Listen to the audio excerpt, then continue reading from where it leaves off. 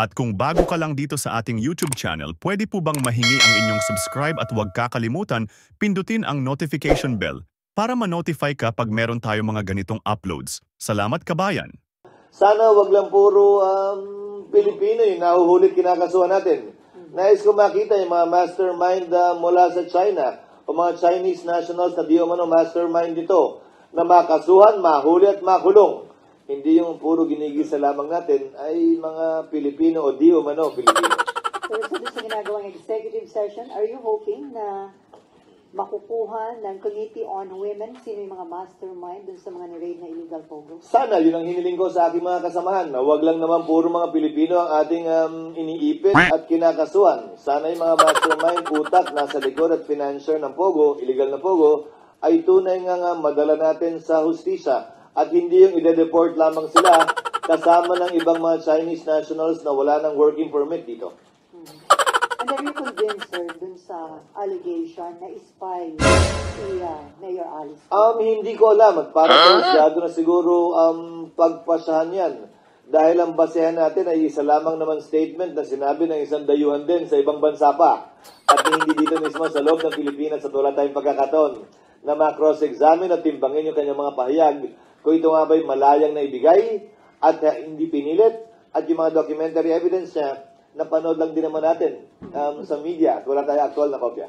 So, tama bang i-pursue yun at mag-effort yung committee na makausap directly yung nakadetain na self-confessed Chinese? Well, definitely, since dapat i-pursue ng authorities, hindi na siguro trabaho ng Senado pa yan na ipatawag o magpadala ng team doon.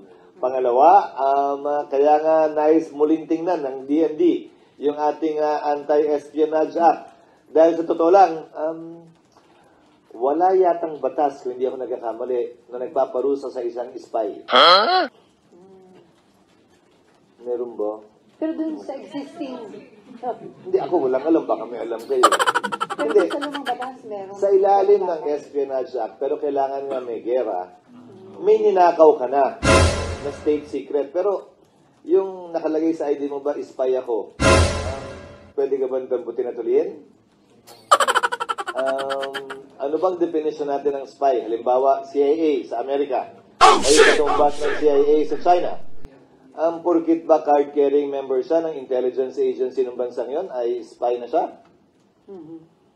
Magbabago ba yung sagot mo kung kaibigan natin yung bansa at hindi kaaway? Pero wala naman tayong kagerang bansa ngayon. So, dapat kaibigan lahat, hindi ba? So, ilan yun sa mga bagay na dapat tingnan sa anti-subversion, sa Anti-Espionage Act. Dahil nga, may diplomatic relations tayo sa lahat ng bansa. So, paano mo sasabihin, porkit ang katumbas ng CIA, halimbawa, malamang NBI dito, o ISAP. So, porkit ISAP ba siya na bumisita sa ibang bansa, ay pwede na siyang hulihin bilang spy? Di ba dapat may gawin muna siyang illegal na bagay?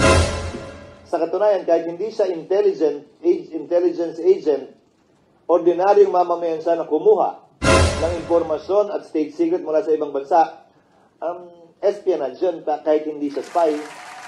So, mahabang kwento pa ito kung gusto nyo i-pursue yung spy na yan.